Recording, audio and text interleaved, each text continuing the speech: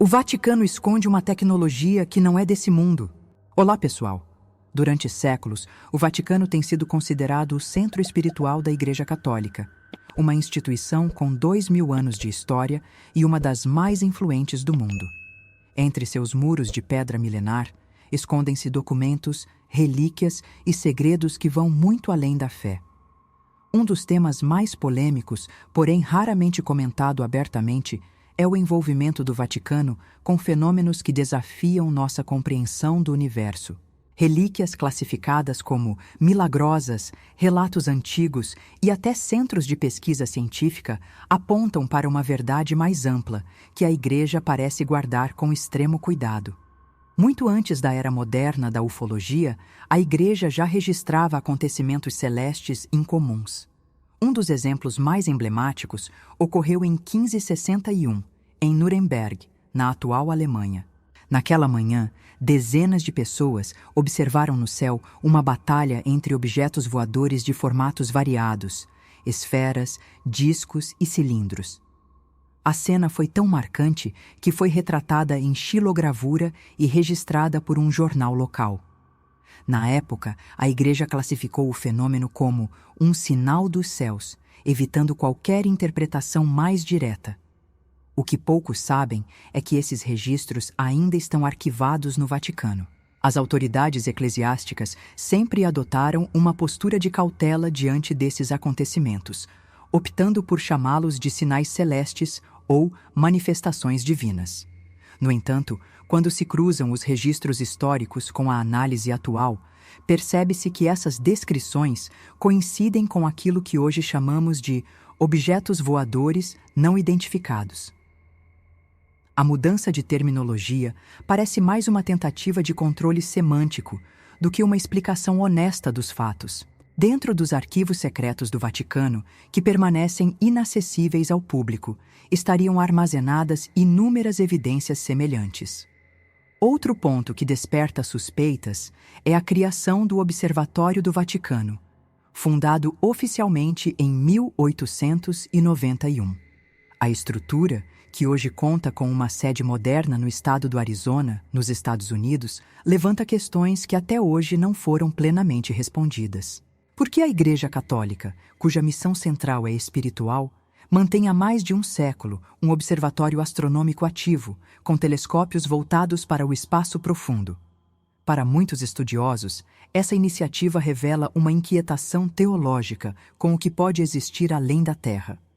Ao longo dos anos, membros do clero ligados ao observatório deram declarações surpreendentes. O irmão Guy Consolmagno, astrônomo jesuíta e diretor da instituição, afirmou publicamente que a possibilidade de vida extraterrestre não contradiz os ensinamentos cristãos. Para ele, a vastidão do universo criado por Deus inclui a possibilidade de outros seres inteligentes. A fala é reveladora, pois mostra que, ao menos nos bastidores, a Igreja não só aceita essa hipótese, como se prepara para ela de forma estratégica e silenciosa. Em 2008, o padre José Gabriel Funes, então diretor do Observatório do Vaticano, concedeu uma entrevista ao Jornal Oficial da Santa Sé. Na conversa, ele foi além, afirmando que acreditar em extraterrestres não é um pecado, e que esses seres, se existirem, também fariam parte da criação divina. Segundo ele, como há uma multiplicidade de criaturas na Terra, podem existir outros seres inteligentes criados por Deus. Com isso, o Vaticano rompeu com séculos de silêncio sobre o tema, mas o fez com sutileza, sem alardes, mantendo o controle da narrativa. Embora as palavras de Funes tenham sido recebidas com surpresa por muitos fiéis, elas não representam um rompimento radical, mas sim uma abertura cautelosa. O Vaticano parece estar construindo, ao longo das décadas, uma base doutrinária para eventualmente lidar com uma possível confirmação da existência de vida fora da Terra. Isso explicaria não apenas o investimento em astronomia, mas também o acúmulo de documentos e relíquias que desafiam a compreensão humana e que estão guardados longe dos olhos do público comum. Os relatos sobre artefatos estranhos guardados pela Igreja vêm de várias partes do mundo. Um deles menciona um fragmento metálico encontrado por missionários no Congo no início do século XX. Segundo testemunhos, o objeto era resistente ao fogo, ao ácido e à ação do tempo. Outro artefato, ainda mais antigo, teria sido descoberto por monges no Oriente Médio. Tratava-se de uma peça com inscrições desconhecidas e brilho próprio, visível mesmo na escuridão. Ambos os itens foram levados ao Vaticano e nunca mais foram vistos publicamente. A terminologia usada para esses objetos é cuidadosamente escolhida. Relíquias milagrosas, sinais divinos, presentes celestiais. Contudo, especialistas que estudaram os relatos originais sugerem que essas descrições se alinham com características de tecnologia avançada. A resistência incomum, os materiais desconhecidos e a emissão de luz autônoma são propriedades que a ciência atual ainda não consegue reproduzir facilmente, o que levanta a possibilidade de uma origem não humana para tais objetos. Essas evidências, somadas a outros registros obscuros, desenham um quadro inquietante. Durante a Idade Média e o Renascimento, os mosteiros funcionavam como centros de conhecimento e conservação de textos antigos. Foi nesse contexto que muitos documentos enigmáticos foram acumulados e posteriormente enviados a Roma. Entre eles, há relatos de artefatos vindos de regiões distantes, como a Etiópia e o Himalaia, que jamais foram expostos ou estudados abertamente pela comunidade científica. Tudo é cuidadosamente mantido longe dos holofotes. Além dos objetos em si, existem também testemunhos de encontros incomuns entre membros da Igreja e figuras misteriosas. Um dos mais citados ocorreu em 1634, quando um frade espanhol relatou ter recebido a visita de um mensageiro do céu durante uma oração. O ser possuía aparência humana, olhos brilhantes e ausência de boca. Deixou um objeto com símbolos indecifráveis que foi enviado a Roma e nunca mais foi mostrado a ninguém. O relato consta em cartas arquivadas até hoje, no chamado Arquivo Secreto do Vaticano. O tratamento dado a esse tipo de conteúdo dentro da Igreja revela uma política de contenção e interpretação simbólica. Tudo que escapa à explicação tradicional da fé é rapidamente classificado como milagroso ou santo, mesmo que os indícios apontem para algo mais físico e tecnológico. Essa prática serve para manter a narrativa da Igreja intacta, ao mesmo tempo em que evita o surgimento de pânico ou questionamentos teológicos mais profundos. A dúvida permanece. O que exatamente está sendo escondido? Essas estratégias de ocultamento parecem ter sido utilizadas ao longo dos séculos, com apoio de setores internos e externos à Igreja. Alguns documentos indicam colaboração entre o Vaticano e governos poderosos, com o objetivo de manter certos achados longe da curiosidade pública. Em tempos recentes, surgiram denúncias de pesquisadores e jornalistas que alegam ter sido pressionados ou silenciados ao tentar investigar certos arquivos. A proteção ao segredo é tão forte quanto a própria fé que a Igreja proclama. Porém, nenhum desses relatos se compara ao caso registrado em 1985, dentro da própria cidade do Vaticano. Segundo informações resgatadas por repórteres investigativos, um grupo de guardas relatou ter presenciado luzes estranhas sobrevoando a cúpula da Basílica de São Pedro, em plena madrugada. As luzes eram silenciosas, flutuavam com suavidade e mudavam de cor de forma gradual, antes de desaparecerem sem deixar rastros. Não havia registro de voos autorizados naquele horário, o que torna o episódio ainda mais intrigante. O caso foi citado anos depois em um relatório interno de segurança que nunca veio a público oficialmente.